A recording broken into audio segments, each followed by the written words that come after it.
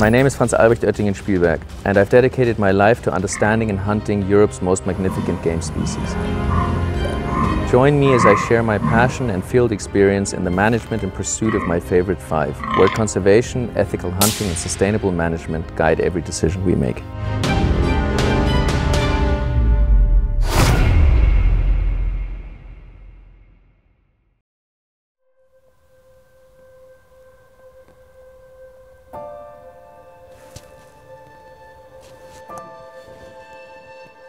We're going to go to a small meadow where there's usually fallow bucks frequent over that meadow because there's does there. It's not really a rutting place per se. It's not like that they're there always like some of those rutting arenas that you have with fallow deer. But I think we have a relatively good chance to see some fallow bucks. One is a beautifully fully palmated stag buck that has a small gap on his right shovel in the top. Very nice, fully mature, I would say 8-9-year-old buck. Usually we take them from 8 years onwards. That's a class 1 fallow buck. And we're going to go and sit in a high seat and just wait, and hopefully one will come by.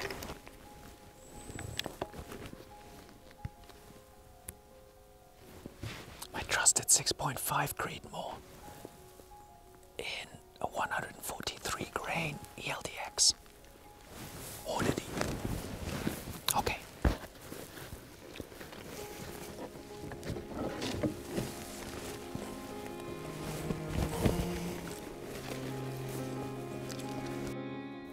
Now, it's a very interesting question. When is the age of a fallow buck when he has his biggest trophy? I think that very much depends on genetics. It depends on which area you are and what type of genetics exist in that area. I know that there have been studies in Germany, in Eastern Germany, in the 80s, where they ear tagged all the fallow bucks and collected all the cast antlers, and they found out that the culmination was between 5 and 7 years old. Now, I would say in most German hunting areas, the age for a class 1 fallow buck is 8 or older. Some areas go 10 and older. From my experience, I would say from the different fallow bucks areas that I've been in, I would say somewhere around the age of 8 is where fallow bucks on average culminate in trophy growth.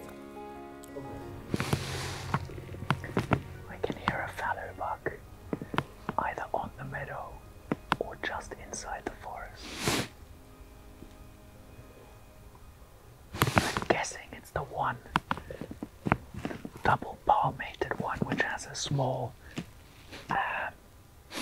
bit missing in his top right hand side, which is one that we would take.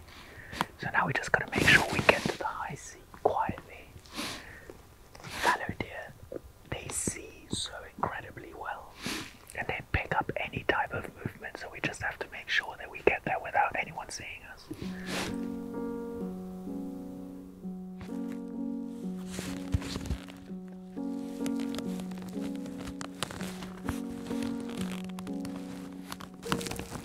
So I think that the high mortality rate of fallow bucks, really what I have seen and what I try and do in our management is work against that, and not by, let's say, reducing the female to such a level that the whole population size has to go down for the fallow bucks to be able to keep up. But I try not to shoot any spikers, so 1-year-olds. I don't try and shoot any 2-year-olds, and I try to shoot as little as possible 3 to 7-year-olds. And I would say the ones between, let's say, a 5-6-year-old is a class 2 stag, and those I would only shoot if they're genetically really a lot worse than the rest of the population.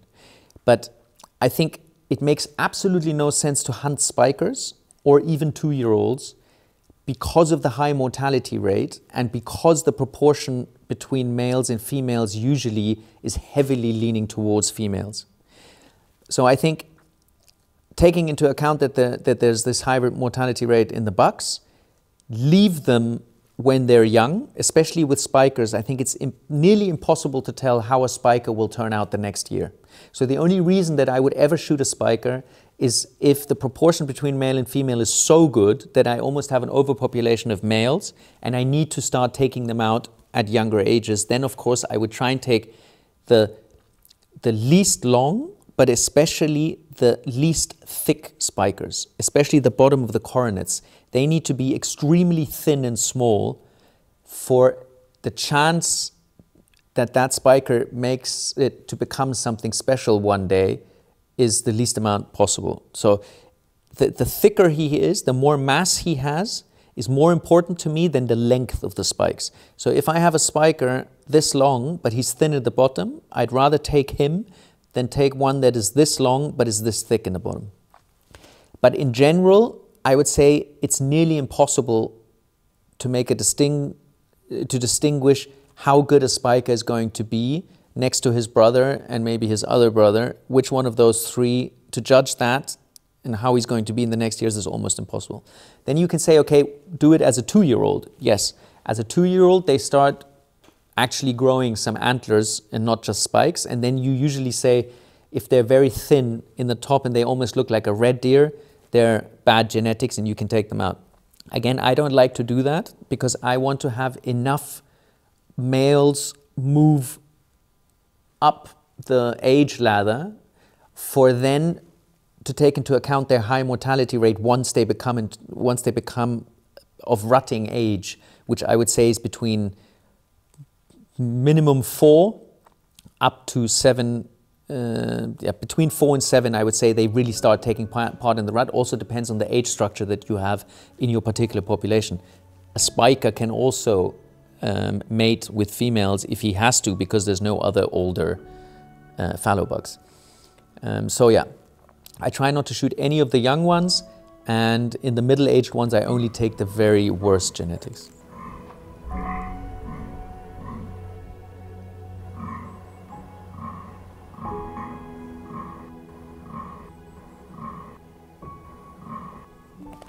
As you can see, the fallow buck, which on his right palmated side has this slight gap. That's the one we look for. We've been looking for. He's one that we've known for quite some years. Then there's this other one with the big shovels. He's one that I think is probably 6 to 7 years old.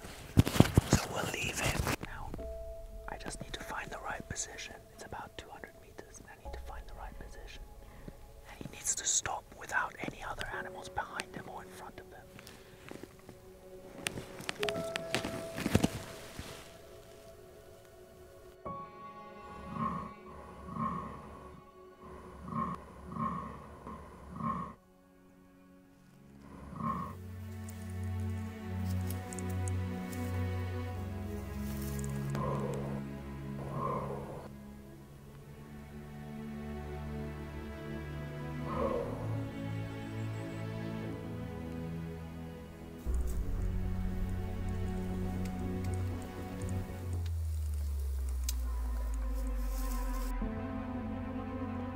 Nee, jetzt geht er lange.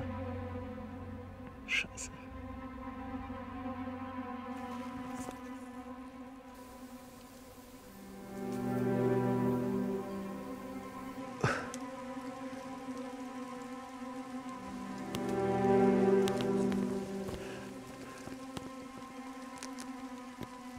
Okay.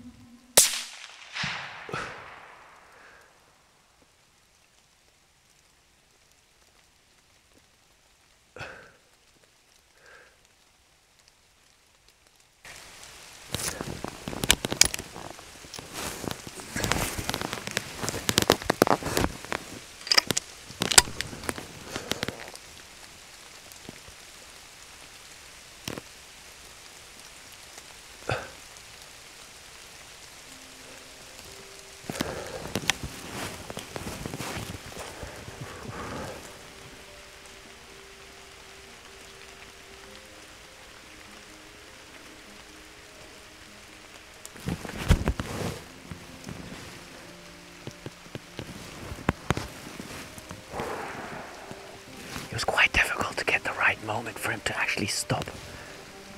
And then also not have anything, no does in front of him or behind him. That's one of the main issues in the fallow buck rut, because there's usually, when they're in their rutting places, there's so many other animals. You have to wait for the right moment. And then we had this rain shower come in, and he bedded down. But then thankfully a spiker came and he got up again. He's a very nice buck. Like I said, we've known him for quite some years. I think it's the right year to take him, and you saw this other 6-7-year-old really big one. I'm hoping that he'll take over, and he's got even better genetics. He's stronger in the body, so he's the right one to carry on. The jacket that I've been wearing is a Habsburg jacket. It's an Austrian company. I really like their products. They're high-end products. They're durable. I love the fact that you have these bullet pouches up here, which there's 5 of them, which gives you the possibility to really quickly access your bullets, especially when you're using single-shot rifles. It's beautifully made. It has some leather inlays that I really enjoy. And then you can also easily take out the inside vest, which then makes the jacket a little bit lighter and not as hot. And they have all types of vests that you can have inside. This is a very warm one. It easily attaches and detaches. Our cap, especially for fallow deer, this is the one where each cap has a different species. So whenever I'm hunting a different species, I change my caps. This is the fallow buck cap, which will be available in our web shop very soon. And yeah, I just really enjoy these little equipment things. You probably wouldn't have to make bespoke leather products and all of this, but for me, it's 50% of the enjoyment of the hunt is my equipment, and I really, really love it. So I've always been looking for the right equipment that I really can depend on, but at the same time will create a beautiful patina with age. And no matter whether this is the jacket or the leather products or even my rifle, the wooden stock that begins to have little scratches, even though I try and take good care of it. Yeah, I really enjoy the equipment side of things. Okay, what I'm gonna do to create the least amount of disturbance is I'm going to get the Polaris, and we're gonna drive up all the way to the border between the meadow and the forest, because I can still see quite a lot of does in there, and I don't want them to see us going up to the buck, because that will create an additional sense of danger for them towards humans. But if we come up with a Polaris in about 10-15 minutes, they will have more or less forgotten about the shot, and they know the Polaris, that there's no danger coming from the actual Polaris. So I think that's an important part of management, is just to keep them as calm as possible. They've heard the shot, they know something happened, but they're still relatively calm in the back of the forest as I can see them now. If we walk up as humans, they'll make a relation between the shot and humans, and I don't want that to happen.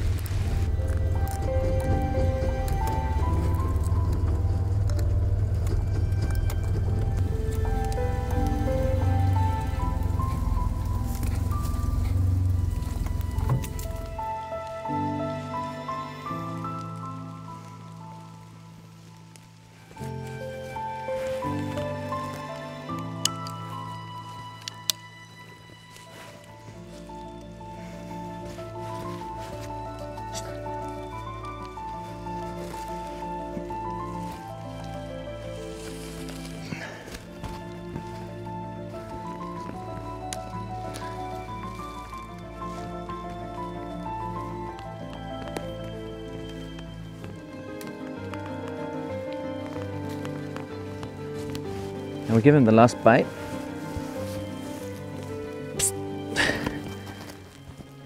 old fallow buck. I can already see it by his front teeth. He's an old buck, just how we thought. This is what I was saying at the beginning. He has these, this was the curb I was talking about. That's how we distinguished him. And he's got very nice full palmated shovels.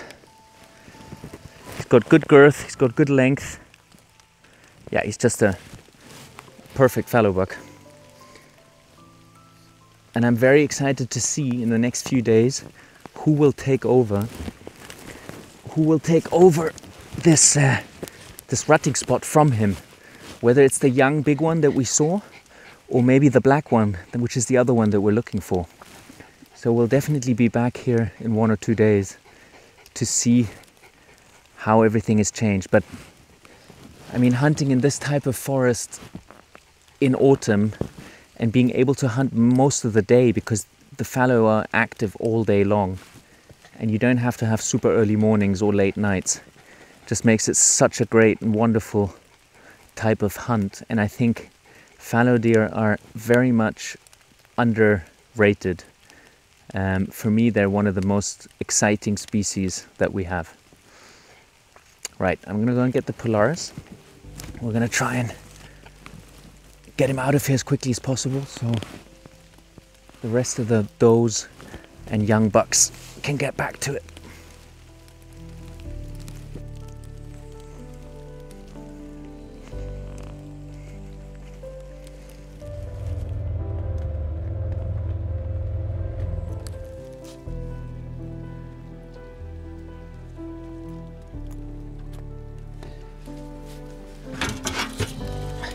Of course, now fallow bucks aren't that heavy, so if there's 2 or 3 of you, you can easily pull them up. But if you're alone, this makes a lot of sense.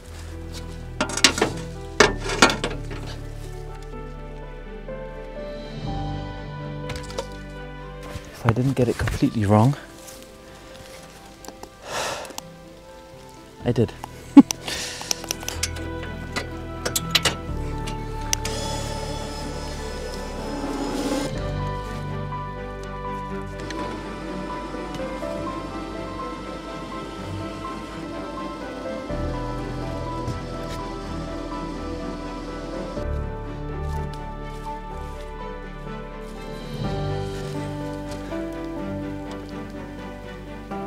He's actually got a relatively small body. I think partly because he's been rutting so hard, so he's been the main stag here. But also in general, he's not a big-bodied buck. And as you saw, the other one that was here, bigger. I think he's at least 8 from what I could see from the teeth. I think he might actually be older than we think. So I think we did everything right. And I'm very happy.